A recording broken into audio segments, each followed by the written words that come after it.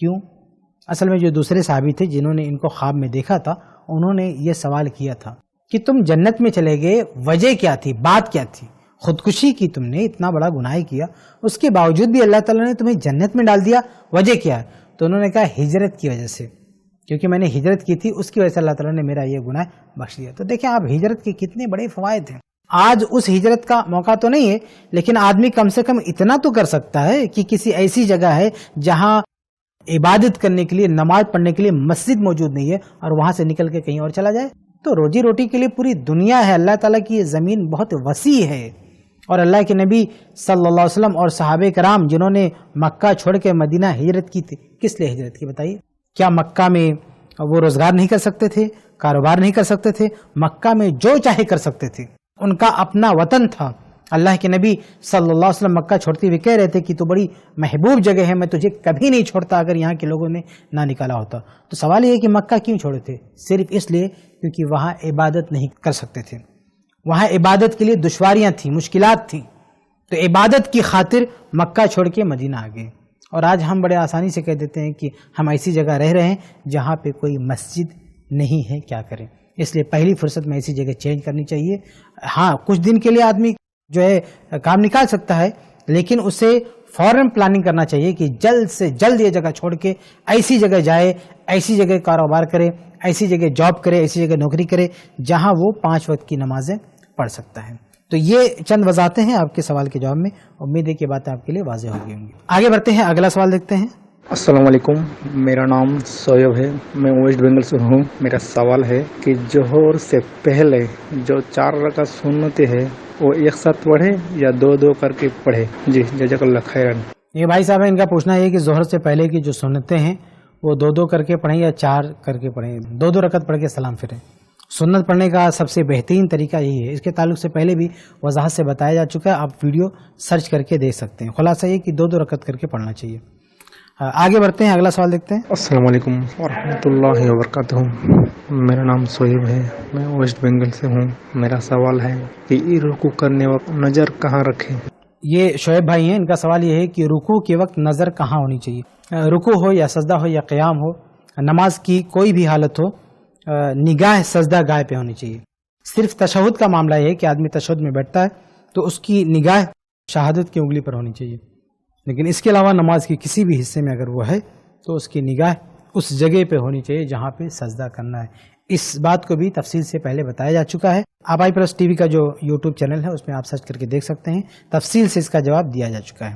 ہم آگے بڑھیں گے، اگلا سوال دیکھتے ہیں۔ السلام علیکم ورحمۃ اللہ وبرکاتہ۔ شیخ میں محمد صادق صدیقی پونے سے بول رہا ہوں، رہنے والا یو پی کا ہوں۔ شیخ میرا یہ سوال ہے، میں جو کام کرتا ہوں ہینڈ ورک کا، ڈیزائننگ کا کام ہے، تو خیر میں کاریگر ہوں، کام کرتا ہوں، لیکن جو خاکہ بنتا ہے، جو ڈیزائن ہوتا ہے، اس میں کام ایسا ہوتا ہے جس میں پرندے کی تصویر ہوتی ہے، تو اس کو ڈیزائن کر کے اس پہ کام کرتے ہیں ہم لوگ۔ تو کام کرنا کیسا ہے، درست ہے یا نہیں؟ براہ مہربانی رہنمائی فرمائیں۔ یہ صادق صدیقی بھائی ہیں، پونا سے سوال کر رہے ہیں۔ ان کا کہنا ہے کہ یہ کچھ ڈیزائن کا کام کرتے ہیں جس میں پرندوں کی تصاویر بنانے ہوتے ہیں، ان کو یعنی جاندار کی تصویر ان کو بنانا پڑتا ہے، تو کہتے ہیں یہ کام کر سکتے کہ نہیں؟ تو دیکھیے جاندار کی تصویر آپ نہیں بنا سکتے، اور ایسے کام کو آپ بطور پیشہ بھی نہیں اپنا سکتے ہیں۔ اس کی دلیل سے بخاری کی حدیث نمبر 2225 عبداللہ بن عباس رضی اللہ تعالی عنہ کی روایت ہے کہ اتاہ رجل، یعنی ان سے نقل کیا گیا کہ ان کے پاس ایک شخص آیا، کہ عبداللہ بن عباس رضی اللہ عنہ کے پاس ایک شخص آیا، فقال یا ابا عباس انی انسان انما معیشتی من صنعت یدی۔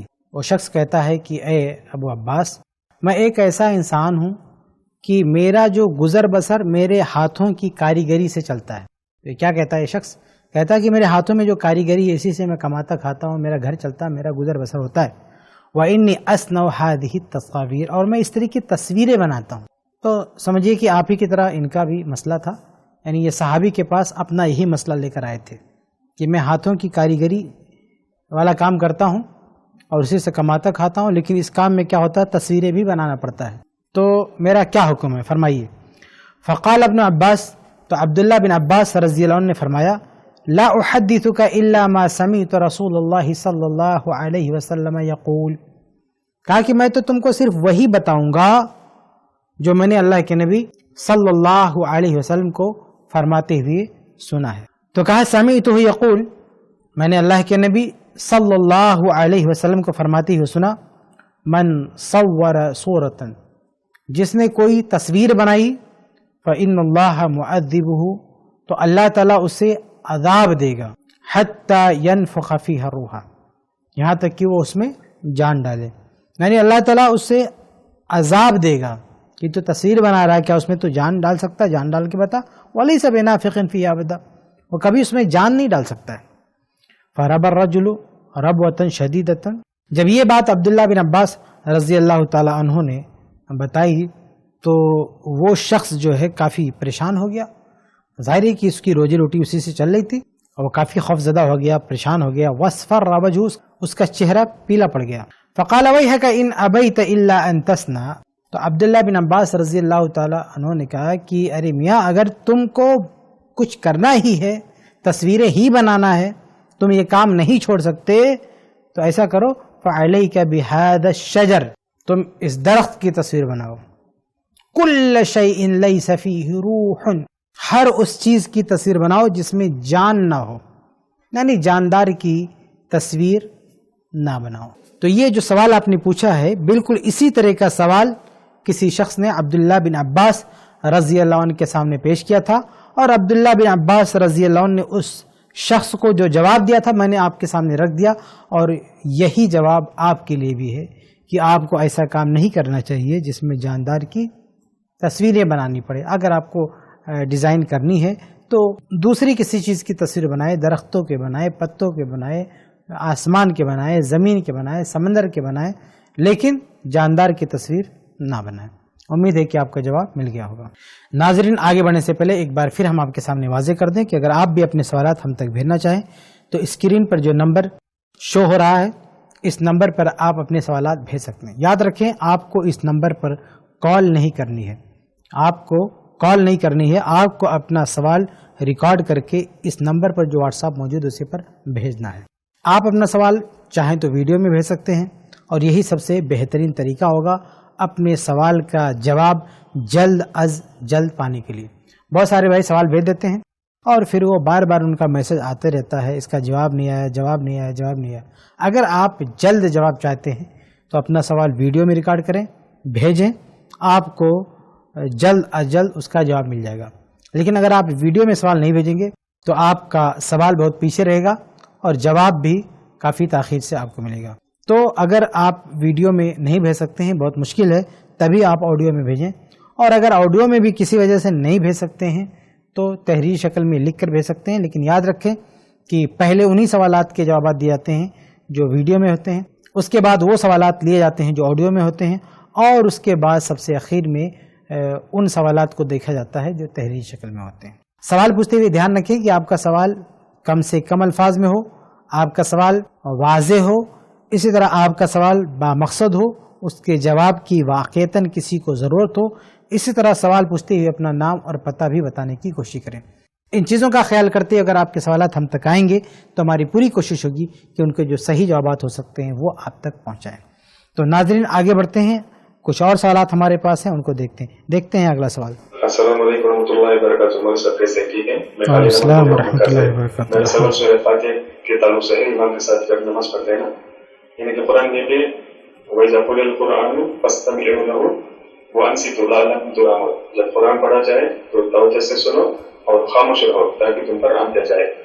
اور حدیث میں کہ جس نے سورہ فاتحہ نہیں پڑھا اس کی نماز نہیں ہے. یعنی کہ امام کے ساتھ جب ہم نماز پڑھ رہے ہیں فجر میں اور مغرب کی پہلی 2 رکعت اور عشاء کی 2 رکعت، اس میں امام جہری پڑھتے ہیں تو ہم لوگوں کو لازمی سننا چاہیے. میں ایسا سمجھ رہا ہوں کہ لازمی سننا چاہیے اور خاموش رہنا چاہیے. جب امام سری پڑھتے ہیں تب ہم لوگوں کو پڑھنا چاہیے.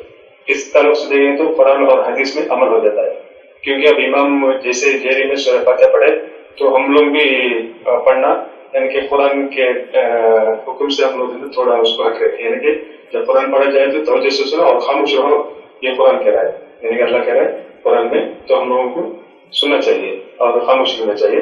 اور حدیث کے حساب سے دیکھیں تو جس نے سورہ فاتحہ نہیں پڑھا، یعنی سری جب امام سری پڑھتے تو ہم لوگوں کو لازم پڑھنا ہے.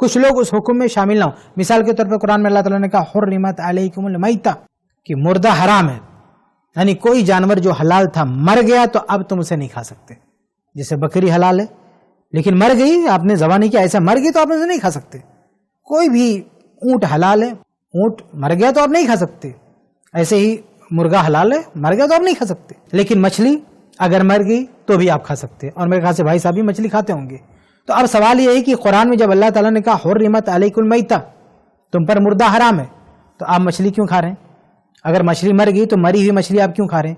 اس لیے کھا رہے ہیں کیونکہ حدیث میں اللہ کے نبی صلی اللہ علیہ وسلم نے اسے حلال قرار دیا ہے.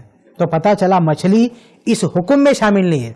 یعنی قرآن میں جو حکم دیا گیا نا کہ حرمت علیکم المیتہ، تو مچھلی کے لیے ایکسیپشن ہے، مچھلی اس حکم میں شامل ہی نہیں ہے. تو ایسے بہت سارے احکامات ہوتے ہیں کہ بعض چیزیں، بعض لوگ، بعض افراد، بعض حالتیں اس میں شامل نہیں ہوتی ہیں. یہی معاملہ اس آیت کا بھی ہے جسے آپ نے پیش کیا ہے کہ اللہ تعالیٰ فرماتا ہے وَإِذَا قُرِئَ الْقُرْآنُ فَاسْتَمِعُوا لَهُ وَأَنصِتُوا، کہ جب قرآن پڑھا جائے تو سنو اور خاموش رہو. تو یہ جو قرآن مجید کی آیت ہے اس میں کہاں لکھا ہے کہ یہ نماز کے بارے میں اللہ تعالیٰ نے حکم دیا؟ یہ تو ایک عام سی آیت ہے، اس میں نماز کا تو حکم نہیں ہے. لیکن یہ جو حدیث ہے اللہ کے نبی صلی اللہ علیہ وسلم کی کہ سورہ فاتحہ کے بغیر نماز نہیں ہوتی، وہ تو نماز کے بارے میں ہے. لا صلاۃ لمن لم یقرأ بفاتحۃ الکتاب، وہ تو نماز کے بارے میں. تو جب خاص نماز کے بارے میں ایک الگ حکم موجود ہے تو ایک عام حکم کو اس پہ اپلائی نہیں کر سکتے. جیسے خاص مچھلی کے بارے میں ایک خصوصی حکم موجود ہے کہ مچھلی مر گئی تو بھی کھا سکتے. تو قرآن میں جو ایک جنرل حکم ہے حرمت علیکم المیتہ، تو اس حکم کو مچھلی پر اپلائی نہیں کر سکتے. تو ایسے ہی نماز میں ایک خاص حکم ہے کہ سورہ فاتحہ پڑھنا ہی پڑھنا ہے، اس کے بغیر نماز ہی نہیں ہوگی. جیسے فجر کی نماز ہے، اگر کسی نے سورہ فاتحہ نہیں پڑھی تو نماز ہی نہیں ہوئی. تو ایک خصوصی حکم ہے. اس لیے قرآن کا جو وہ حکم ہے کہ جب قرآن پڑھا جائے تو اس کو سنو اور خاموش رہو، اس کو یہاں پہ اپلائی نہیں کر سکتے. اور ایک حدیث میں دیکھیں اللہ کے نبی صلی اللہ علیہ وسلم نے بہت ہی واضح طور پر جہری نماز میں بھی جب امام جہر سے قرأت کر رہا ہے تو اس وقت بھی مقتدی کو سورہ فاتحہ پڑھنے کا پابند کیا ہے. اور اسی حدیث میں آپ کو صحیح تطبیق بھی مل جائے گی، یعنی قرآن کی جو آیت ہے اس پر عمل کس حد تک ہوگا، کہاں ہوگا، اور جو حدیث ہے اس پر عمل کس طرح ہوگا. وہ دونوں کے بیچ میں جو اصل اور بہتر تطبیق ہے جو اللہ کے نبی صلی اللہ علیہ وسلم کی حدیث سے ملتی ہے وہ بہتر ہے، نہ ایک کہ جو آپ اپنے طور سے سمجھ رہے ہیں. دیکھیں مسند احمد کی حدیث ہے، حدیث نمبر 22745، عبادہ بن صامت رضی اللہ عنہ سے مروی ہے. دیکھیں یہی حدیث سنن نبی داؤد میں بھی ہے، لیکن سنن نبی داؤد میں محمد بن اسحاق نے ان سے روایت کیا، وہ مدلس ہیں. تو بہت سارے لوگ جو ہے چیخنے لگتے ہیں کہ دیکھو وہ تو مدلس ہے، اس نے ان سے روایت کیا ہے اس لیے روایت ضعیف ہے. لیکن یہ جو مسند احمد کی روایت ہے اس میں محمد بن اسحاق نے حدثنی کہہ دیا ہے. دیکھیے سند کیا ہے، حدثنا یعقوب قال حدثنا ابی عن ابن اسحاق قال حدثنی مکحول. تو یہاں پر حدثنی انہوں نے کہہ دیا، سیما کی صراحت آ گئی ہے، اس لیے اس کو بنیاد بنا کے اس روایت کو ضعیف نہیں کہا جا سکتا ہے. بہرحال یہ روایت کیا ہے، عبادہ بن صامت رضی اللہ عنہ روایت فرماتے ہیں، کہتے ہیں صلی بنا رسول اللہ صلی اللہ علیہ وسلم الصبح، کہ اللہ کے رسول صلی اللہ علیہ وسلم نے ہمیں صبح کی یعنی فجر کی نماز پڑھائی. فثقلت علیہ فیہا القراءۃ، تو آپ صلی اللہ علیہ وسلم پر قرأت بوجھل ہوئی، ثقیل گزری. فلما انصرف رسول اللہ صلی اللہ علیہ وسلم من صلاتہ، جب اللہ کے رسول صلی اللہ علیہ وسلم نماز سے فارغ ہوئے، اقبل علینا بوجہہ، تو آپ نے اپنا چہرہ ہماری طرف کیا، ہماری طرف اپنے چہرے کے ساتھ متوجہ ہوئے. فقال، اور کہا انی لاراکم تقرؤون خلف امامکم، کہ میں دیکھ رہا ہوں کہ تم اپنے امام کے پیچھے بھی پڑھ رہے ہو. دیکھیں فجر کی نماز ہے، جہری نماز ہے، 2 رکعت کی نماز ہوتی ہے، دونوں میں جہری قرأت ہوتی ہے. اللہ کے نبی صلی اللہ علیہ وسلم سلام پھیر کے کہہ رہے ہیں کہ میں دیکھ رہا ہوں کہ تم بھی پڑھ رہے ہو، یعنی میں قرأت کر رہا ہوں، میں قرآن پڑھ رہا ہوں تو تم بھی پڑھ رہے ہو. الفاظ کیا ہے، انی لاراکم تقرؤون خلف امامکم اذا جہر، کہ امام جب جہر سے پڑھ رہا ہے تو اس وقت بھی تم لوگ پڑھتے ہو. قال قلنا اجل واللہ یا رسول اللہ ھذا، کہا کہ ہاں اللہ کے رسول یقیناً یہی بات ہے کہ ہم بھی پیچھے پڑھتے ہیں. فقال رسول اللہ صلی اللہ علیہ وسلم، تو اللہ کے رسول صلی اللہ علیہ وسلم نے کہا لا تفعلوا الا بأم القرآن، کہ تم لوگ نہ پڑھو، ایسا نہ کرو، یعنی امام پڑھ رہا ہو تو تم نہ پڑھو۔ دیکھیے وہی بات ہوگی نا جو قرآن مجید میں ہے، جو ہمارے بھائی صاحب نے ابھی حوالہ دیا کہ اللہ تعالیٰ فرماتا ہے وَإِذَا قُرِئَ الْقُرْآنُ فَاسْتَمِعُوا لَهُ وَأَنصِتُوا، جب قرآن پڑھا جائے تو سنو اور چپ رہو۔ تو وہی اللہ کے نبی صلی اللہ علیہ وسلم بھی فرما رہے ہیں کہ لا تفعلوا، کہ تم ایسا مت کرو کہ امام پڑھ رہا ہے تو پیچھے نہ پڑھو، الا، مگر ایکسیپشن دیا، الا بأم القرآن، سوائے سورہ فاتحہ کی، ام القرآن یعنی سورہ فاتحہ کی۔ فإنه لا صلاة لمن لم يقرأ بها، کیونکہ جس نے اسے نہیں پڑھا، سورۃ الفاتحہ نہیں پڑھا، اس کی نماز ہی نہیں ہوتی ہے۔ تو دیکھیں بہت ہی واضح طور پر اس حدیث میں اللہ کے نبی صلی اللہ علیہ وسلم نے خاص طور سے مقتدی ہی کو یہ حکم دے دیا کہ تمہیں سورہ فاتحہ پڑھنی ہے، کیونکہ اگر سورہ فاتحہ نہیں پڑھے تو نماز نہیں ہوگی، اور سورہ فاتحہ کے علاوہ پڑھنے سے منع فرما دیا۔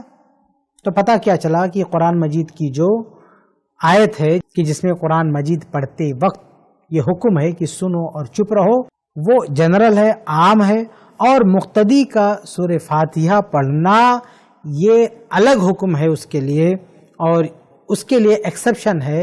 اور جب مقتدی سورہ فاتحہ پڑھ رہا ہوگا نماز کی حالت میں تو اس کے لیے وہ حکم نہیں ہے، اور یہ بات خود اسی حدیث میں اللہ کے نبی صلی اللہ علیہ وسلم نے بیان فرما دی ہے۔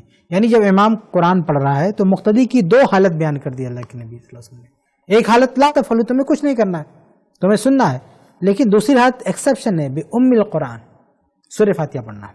تو یہ حدیث بہت ہی واضح ہے، اپنے مفہوم میں بالکل صاف ہے کہ سورہ فاتحہ امام کو بھی پڑھنا ہے، مقتدی کو بھی پڑھنا ہے۔ اور رہی یہ آیت وَإِذَا قُرِئَ الْقُرْآنُ فَاسْتَمِعُوا لَهُ وَأَنصِتُوا، یہ آیت، تو اس کے بارے میں نے آپ کے سامنے واضح کر دیا کہ اس حکم میں مقتدی کا سورہ فاتحہ پڑھنا شامل نہیں ہے، وہ سورہ فاتحہ پڑھے گا۔ تو اس کی مثال بھی میں نے آپ کے سامنے رکھ دی کہ جیسے قرآن میں کہا گیا ہے کہ حرمت علیکم المیتہ، مردہ تم پر حرام ہے، اس کے باوجود بھی مچھلی کھا سکتے ہیں کیونکہ اس کے لیے ایکسیپشن ہے، اس کے لیے الگ سے حکم ہے۔ تو ٹھیک اسی طرح سے سورۃ الفاتحہ کا بھی معاملہ ہے۔ اس لیے صحیح بات یہ ہے کہ امام ہو یا مقتدی ہو یا منفرد ہو، ہر ایک کو سورہ فاتحہ پڑھنی چاہیے، اور یہ کوئی چھوٹا موٹا مسئلہ نہیں ہے۔ حدیث میں تو یہ بھی کہہ دیا گیا نا کہ صحیح بخاری کی حدیث کیا، اللہ صلاۃ لمن لم یقرأ بفاتحۃ الکتاب، جو سورہ فاتحہ نہیں پڑھے گا اس کی نماز ہی نہیں ہوتی۔ یہ بہت بڑی بات ہے، یہ بہت بڑی بات ہے کہ جو سورہ فاتحہ نہیں پڑھے گا اس کی نماز ہی نہیں ہوگی۔ اس لیے یہ خطرہ مول نہیں لینا چاہیے کہ سرے سے نماز ہی نہ ہو، سورہ فاتحہ پڑھنا چاہیے۔ اور وہ جو قرآن کی آیت ہے وہ براہ راست مقتدی کے لیے نہیں ہے، اس میں مقتدی کا ذکر نہیں ہے، اس میں تو سرے سے نماز ہی کا ذکر نہیں ہے۔ یہ دیکھیے جب ہم یہ حدیث پڑھتے ہیں نا لا صلاۃ لمن لم یقرأ بفاتحۃ الکتاب، کہ جو سورہ فاتحہ نہیں پڑھے گا اس کی نماز نہیں ہوگی، تو بعض لوگ کہتے ہیں کہ اس حدیث میں مقتدی کا ذکر کہاں ہے، امام کا ذکر کہاں ہے؟ یہ تو منفرد کے لیے ہے، جماعت کے لیے تھوڑی ہے۔ ذرا غور فرمائیے، نماز کا ذکر ہے، لا صلاۃ، کوئی بھی نماز، اس میں ہر نماز آ گئی۔ جیسے کہا گیا حدیث میں لا نبی بعدی، میرے بعد کوئی نبی نہیں ہوگا۔ اب چاہے مرزا غلام احمد قادیانی ہو، چاہے مسلمہ کذاب ہو، چاہے کوئی دجال ہو، کوئی بھی ہو، سب اس میں آ گیا کہ لا نبی بعدی، میرے بعد کوئی نبی نہیں ہوگا۔ یعنی اللہ کے نبی صلی اللہ علیہ وسلم کے بعد جتنے بھی نبوت کے دعوے دار ہوں گے سب کے سب جھوٹے ہوں گے۔ اللہ کے نبی صلی اللہ علیہ وسلم نے جو واضح طور پر بتا دیا کہ میرے بعد کوئی نبی نہیں، تو ہر شخص جھوٹا ہے اس کے بعد، کوئی بھی ہو۔ اب مرزا غلام احمد قادیانی یا اس کے ماننے والے یہ تو نہیں کہہ سکتے نا کہ اس حدیث میں ہمارا نام تھوڑی ہے، وہ تو لا نبی آبادی ہے، وہ تو دوسروں کے بارے میں، ہمارے نہیں، سب اس میں آگے۔ ایسی ہی لا صلاۃ نہیں، سب اس میں آگے، کیونکہ ایکسیپشن کی کوئی دلیل نہیں ہے۔ قرآن و حدیث میں ایسا کوئی ایکسیپشن نہیں ہے کہ فلاں نبی ہو سکتا باقی لوگ نبی نہیں ہوں گے، اس لیے سب اس میں شامل ہے۔ ایسے ہی لا صلاۃ لمن لم یقرأ بفاتحۃ الکتاب، کسی بھی نماز کے لیے کوئی ایکسیپشن نہیں، اس لیے ساری نمازیں اس میں شامل ہیں، بغیر سورہ فاتحہ کی کوئی بھی نماز نہیں ہوگی۔ تو جب ہم یہ حدیث پڑھتے ہیں لا صلاۃ والی تو بعض لوگ کہتے ہیں کہ اس میں مقتدی کا ذکر نہیں ہے، لیکن جب وہ قرآن پڑھتے ہیں، یہ قرآن کی آیت نا وَإِذَا قُرِئَ الْقُرْآنُ فَاسْتَمِعُوا لَهُ وَأَنصِتُوا، تو اس میں بھول جاتے ہیں کہ اس میں مقتدی اور امام کا تو دور کی بات، اس میں سرے سے نماز ہی کا ذکر نہیں ہے۔ یعنی ہم حدیث پڑھیں تو آپ کہیں کہ اس میں مقتدی کا ذکر بتاؤ، اور آپ قرآن کی ایک ایسی آیت پڑھیں جس میں مقتدی امام کا تو دور کی بات، سرے سے نماز ہی کا ذکر نہیں ہے، اس میں نماز ہی کا ذکر نہیں ہے، اور اس کو پڑھ کے کوئی کہتا ہے کہ نہیں سورہ فاتحہ نہیں پڑھنا چاہیے، تو بڑی عجیب بات ہے۔ بہرحال مسند احمد کی حدیث بہت ہی واضح، بہت ہی کلیئر ہے کہ امام ہو یا مقتدی ہو سب کو سورہ فاتحہ پڑھنی ہے، سورہ فاتحہ کے بغیر کوئی نماز نہیں ہوگی۔ تو یہاں پہ جو ٹکراؤ کی بات کہی جاتی ہے نا، تو اسے متعلق یہ بات سمجھ لینی چاہیے کہ ہر حکم ہر ایک کے لیے اور ہر حالت کے لیے نہیں ہوتا ہے. یہ اصولی بات جب آدمی نہیں سمجھ پاتا ہے تو پھر اس کو لگتا ہے کہ یہ ٹکراؤ ہو رہا ہے. یہ ٹکراؤ نہیں، کبھی کبھی ایک حکم کچھ لوگوں کے لیے ہوتا ہے، کچھ لوگوں کے لیے نہیں ہوتا ہے، اور کبھی کبھی یہ حکم جن لوگوں کے لیے ہوتا ہے وہ بھی بعض حالتوں میں اس سے مستثنا ہوتے ہیں. یہ ساری باتیں سمجھی جاتی ہیں تمام نصوص کو، تمام احادیث کو اکٹھا کرنے کے بعد. ایسے نہیں کہے جاتے نہیں قرآن کی آیت تو فلاں حدیث یہ سب ٹکرا رہی. اللہ کے نبی صلی اللہ علیہ وسلم نے کوئی ٹکراؤ محسوس نہیں کیا. اللہ کے نبی صلی اللہ علیہ وسلم نے واضح طور پر حکم دیا کہ سورہ فاتحہ پڑھنا ہے، اس لیے ہم کو سورہ فاتحہ پڑھنی ہے. البتہ یہاں پر ایک اور چیز ذکر کر کے میں بات ختم کر دوں کہ بہت سارے علم نے یہ بھی کہا ہے کہ اگر کوئی آدمی امام کے پیچھے سورہ فاتحہ پڑھتا ہے تو حقیقت میں وَإِذَا قُرِئَ الْقُرْآنُ فَاسْتَمِعُوا لَهُ وَأَنصِتُوا کے خلاف بھی نہیں ہے، یعنی وہ اس پر بھی عمل کر سکتا ہے پڑھتے ہوئے بھی. وہ اس طرح کی کچھ خاموش رہتا ہے. ایسا نہیں ہے کہ امام سورہ فاتحہ پڑھ رہا ہے تو پیچھے سے مقتدی بھی زور سے سورہ فاتحہ پڑھ رہے ہیں، ایسا نہیں ہے. وہ خاموش ہیں تو وہ انصتوا پر تو عمل کر ہی رہے ہیں کیونکہ وہ خاموش ہیں. اور رہی بات فاستمیعوا تو سن بھی رہے ہیں، ایسا تو نہیں کہ وہ سن نہیں رہے. تو قرآن پڑھا جا رہا ہے اور پیچھے جو مقتدی حضرات ہیں جو سورہ فاتحہ پڑھ رہے ہیں وہ حقیقت میں اس آیت کے خلاف بھی نہیں جا رہے ہیں. اگر اس آیت کو وہاں پر فٹ بھی کر دیں، ہم کیا کریں کہ اس آیت کو وہاں پہ فٹ نہیں کریں گے، لیکن اگر آپ فٹ بھی کریں زبردستی تب بھی اگر امام کے پیچھے جہری نماز میں مقتدی سورہ فاتحہ پڑھ رہا ہے تو بھی اس کے خلاف نہیں جا رہا ہے، کیونکہ اس میں فاستمیعوا لہ وانصتوا کا حکم ہے، دونوں پر عمل کر رہا ہے. وہ سن بھی رہا ہے اور خاموش بھی ہے، اس لیے ہم یہ نہیں کہیں گے کہ وہ اس آیت کے خلاف ہے. اچھا، آخر میں ایک اور عجیب بات آپ کے سامنے ذکر کر دوں کہ ہمارے بہت سارے بھائی کہتے ہیں کہ جب آپ فجر کی نماز پڑھنے کے لیے آئیں اور امام نے ایک رکعت پڑھ لی ہے اور دوسری رکعت میں ہے تو آپ کیا کریں، آپ پہلے 2 رکعت سنت پڑھیں، اس کے بعد نماز میں شامل ہو. اب بتائیے امام کیا کر رہا ہے؟ امام قرأت کر رہا ہے، سورہ فاتحہ پڑھ رہا ہے، قرآن کی آیتیں پڑھ رہا ہے، اور کیا کہتے ہیں نہیں تم وہیں پہ کھڑے ہو کے پہلے سنت پڑھو اس کے بعد شامل ہو. کیوں بھائی؟ یہاں یاد نہیں آتا وَإِذَا قُرِئَ الْقُرْآنُ فَاسْتَمِعُوا لَهُ وَأَنصِتُوا؟ جب قرآن پڑھا جائے تو چپ رہو اور سنو. امام قرآن پڑھ رہا ہے اور آپ اپنی نماز پڑھ رہے ہیں، کہاں چپ ہے آپ؟ بھائی ہم کہہ رہے ہیں کہ امام اگر جہری قرأت کر رہا ہے تو اس کے پیچھے کچھ نہیں پڑھنا ہے، صرف سورہ فاتحہ پڑھنا ہے، وہ بھی اس وجہ سے کیونکہ اللہ کے نبی صلی اللہ علیہ وسلم کی حدیث ہے. تو ہم کیا کر رہے ہیں؟ ہم کہتے ہیں کہ امام اگر جہر سے قرأت کر رہا ہے تو مقتدی صرف سورہ فاتحہ پڑھے گا، صرف سورہ فاتحہ، باقی کچھ نہیں پڑھے گا وہ. اور آپ کا کیا حال ہے؟ بھئی آپ کہہ رہے ہیں کہ امام اگر قرأت کر رہا ہے تو پیچھے صرف سورہ فاتحہ نہیں پوری نماز چلا لو آپ، یعنی تکبیر سے تسلیم تک، رکوع سجود سجدہ سب کچھ پڑھ ڈالو آپ، کوئی فرق نہیں پڑتا. یعنی ایک امام فجر میں امامت کر رہا ہے، پیچھے بندہ سنت پڑھ رہا ہے، 2 رکعت پوری نماز پڑھ رہا ہے، قرأت چالو ہے، پوری نماز پڑھ رہا ہے، اور یہاں یہ نہیں یاد آتا وَإِذَا قُرِئَ الْقُرْآنُ فَاسْتَمِعُوا لَهُ وَأَنصِتُوا. پوری نماز ہو رہی ہے، کوئی فرق نہیں پڑتا، وہ بھی اپنی منمانی. اور یہاں یہ کہا جا رہا ہے کہ صرف سورہ فاتحہ پڑھنا ہے، وہ بھی اپنے من سے نہیں، نبی صلی اللہ علیہ وسلم کے حکم کے مطابق. تو کہتے ہیں نہیں یہ آیت یہاں سے ٹکرا رہی ہے، استغفر اللہ. ان کیا بس چلے تو یہ کہہ دیں کہ نہیں وہ مچھلی کھانا بھی حرام ہے کیونکہ قرآن کی جائے تو حرمت علیکم المیتہ، وہ ٹکرا رہی ہے اللہ کے نبی صلی اللہ علیہ وسلم کی حدیث سے. تو ایسا نہیں ہے، ٹکراؤ کہیں نہیں ہے، بلکہ جو حکم جہاں کے لیے اور جس حالت میں ہے اس حکم پر ویسے ہی عمل کیا جاتا ہے، تمام آیات تمام احادیث کو سامنے رکھتے ہوئے. امید ہے کہ یہ باتیں آپ کے لیے واضح ہو گئی ہوں گی. ناظرین وقت تو ہو چکا ہے، ہم اسی پر یہ پروگرام ختم کرتے ہیں اور آخر میں پھر آپ کے سامنے واضح کرتے ہیں کہ اگر آپ بھی اپنے سوالات ہمارے سامنے رکھنا چاہیں تو اسکرین پر جو نمبر شو ہو رہا ہے اسے نوٹ فرما لیں. اس نمبر پر آپ اپنے سوالات بھیج سکتے ہیں، ویڈیو میں، آڈیو میں یا تحریری شکل میں لکھ کر. لیکن یاد رکھیں جو سوالات ہم کو ویڈیو یا آڈیو میں وصول ہوں گے ہم جواب کے انہیں پہلے چنیں گے. سوال پوچھتے ہوئے دھیان رکھیں آپ کا سوال مختصر ہو، آپ کا سوال بامقصد ہو. اسی طرح سوال پوچھتے ہوئے اپنا نام اور پتہ بھی بتانے کی کوشش کریں. ان چیزوں کا خیال کرتے ہوئے اگر آپ کے سوالات ہم تک آئیں گے تو ہماری پوری کوشش ہوگی کہ ان کے جو صحیح جوابات ہو سکتے ہیں وہ آپ تک پہنچائیں. ناظرین اسی کے ساتھ دیجیے اجازت، انشاءاللہ پھر ملاقات ہوگی اگلے پروگرام میں کچھ اور سوالات ان کے جوابات کے ساتھ. السلام علیکم ورحمۃ اللہ وبرکاتہ. سماج سے برائی مٹانے کی کوشش میں i+TV کا ساتھ دیں. UPI کے ذریعے ڈونیٹ کرنے کے لیے donate@ICICI پر ٹرانسفر کریں. ایسے ہی اور ویڈیوز بنانے میں ہماری مدد کریں